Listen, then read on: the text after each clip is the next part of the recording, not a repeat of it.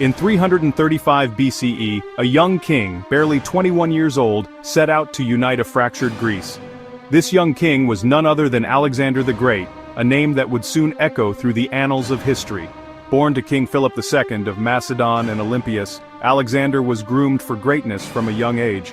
His education under the tutelage of Aristotle instilled in him a love for knowledge and a strategic mind that would later serve him well on the battlefield. From a young age, Alexander showed signs of his future greatness. At just 12 years old, he tamed the wild horse Bucephalus, a feat that impressed his father and court. This early display of courage and skill foreshadowed his future as a military leader. But his road to dominance wasn't paved with diplomacy alone. The Greek city-states were a patchwork of alliances and rivalries, each with its own ambitions and fears. Alexander knew that to truly unite Greece, he had to demonstrate his power unequivocally. Thebes, a city with a proud history and formidable military, became the focal point of this demonstration. The Thebans, emboldened by the recent death of Philip II, saw an opportunity to challenge Macedonian authority. Alexander was also driven by a desire to fulfill his father's vision of a united Greece, a dream that Philip II had worked tirelessly towards before his assassination. Today we dive into Alexander the Great's campaign against Thebes, a turning point that defined his rule. The siege of Thebes was not just a military campaign, it was a statement. Alexander's forces surrounded the city, cutting off supplies and instilling fear. The Thebans, despite their bravery, were no match for the young king's strategic brilliance. The city fell, and Alexander's message was clear: resistance was futile. This decisive victory not only solidified his control over Greece but also set the stage for his future conquests. Join us as we explore the tactics, the battles, and the legacy of this pivotal moment in history. Imagine this. You're Alexander, you've just taken the throne of Macedon after your father, Philip II, is assassinated. Philip was not just a father but a mentor, shaping you into a formidable leader. His assassination left a power vacuum, and not everyone's thrilled about your ascension. Some Greek city-states see you as a young upstart, someone they can challenge. And challenge they do. Thebes, one of the most powerful city-states with a rich history of military prowess, decides to rise up. They're betting on the idea that Alexander is inexperienced and won't be able to keep Greece in line. Big mistake. Alexander's response, swift and decisive. He marches his army south at lightning speed, his strategy, meticulous planning, and relentless training. Before Thebes even knows what hit them, Alexander's at their gates. Thebes refuses to back down, so Alexander makes an example of them. His army storms the city, breaking through defenses in a brutal assault. Key moments include the use of phalanx formations to breach the walls, and a coordinated cavalry charge to flank the defenders. The result? Total destruction. When I say total destruction, I mean it. The once great city of Thebes, with its towering structures and bustling streets, now lies in complete ruin. The devastation is unimaginable, with every corner of the city bearing the scars of a brutal conquest. The city is razed to the ground, not a single building stands intact. The streets, once filled with the sounds of daily life, are now eerily silent, covered in debris and the remnants of what used to be homes and marketplaces. Over 6,000 Thebans are killed, their bodies scattered across the battlefield. The air is thick with the scent of smoke and the echoes of the fierce battle that took place. The loss of life is staggering, a testament to the ferocity of the conflict, and the survivors are sold into slavery. Harsh? Absolutely. Families are torn apart, and the remaining Thebans are shackled and led away, their future uncertain and bleak. The human cost of this destruction is immense, leaving deep emotional scars on those who lived through it. But this was a calculated move.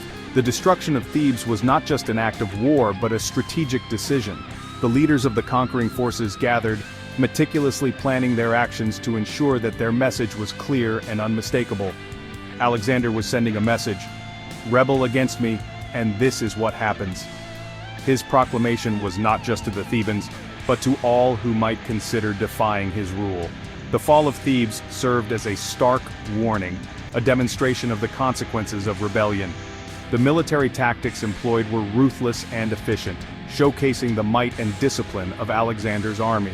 The siege was swift, and the resistance was crushed with overwhelming force.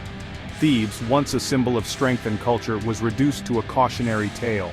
The cultural heritage of Thebes, its art, literature, and traditions, were also casualties of this destruction. Many priceless artifacts were lost, and the rich history of the city was buried under the rubble.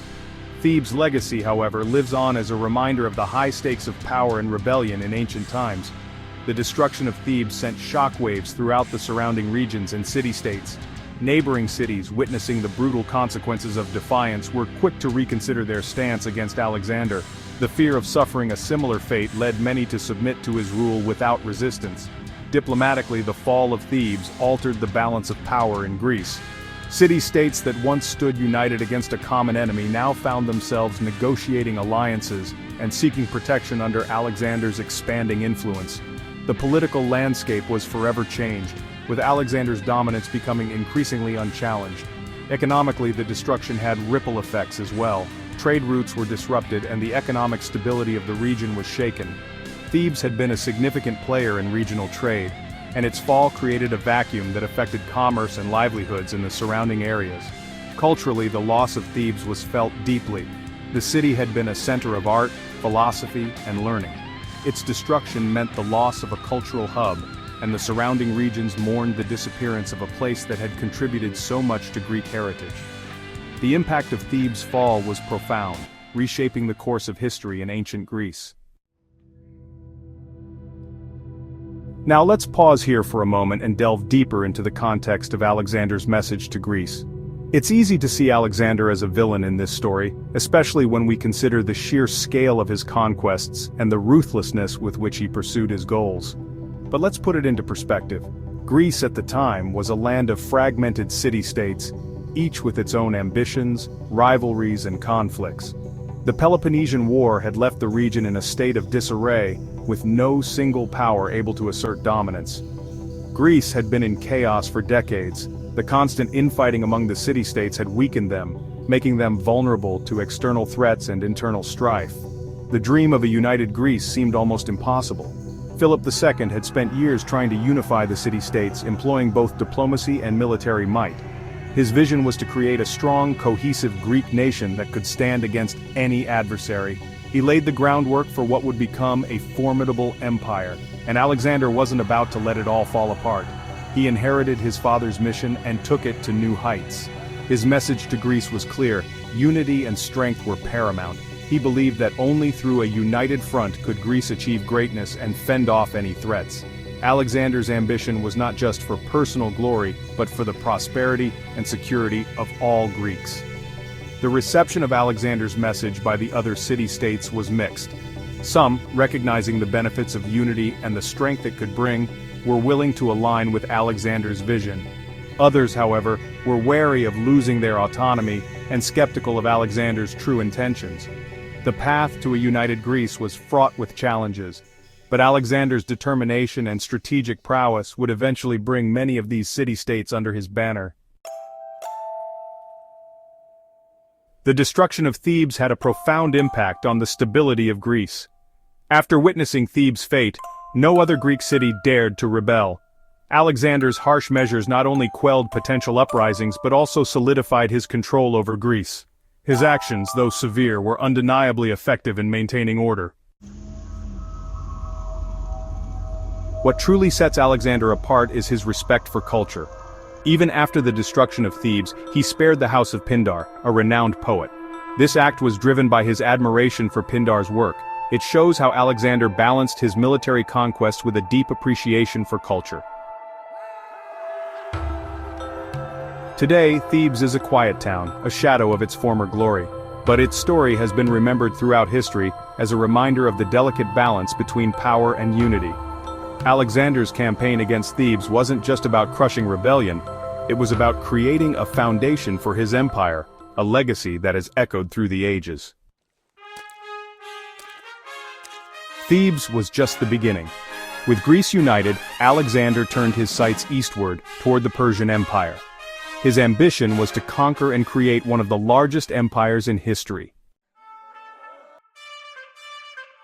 Thanks for joining me on this journey through history. If you enjoyed this dive into Alexander's early campaigns, hit that like button and subscribe for more epic tales from the ancient world. For more on Alexander's campaigns, check out the links in the description. See you next time. Alexander's decisive action against Thebes was a turning point in his campaign. By swiftly crushing the rebellion, he solidified his control over Greece. This bold move showcased his military genius and paved the way for his future conquests. Subscribe for more historical adventures.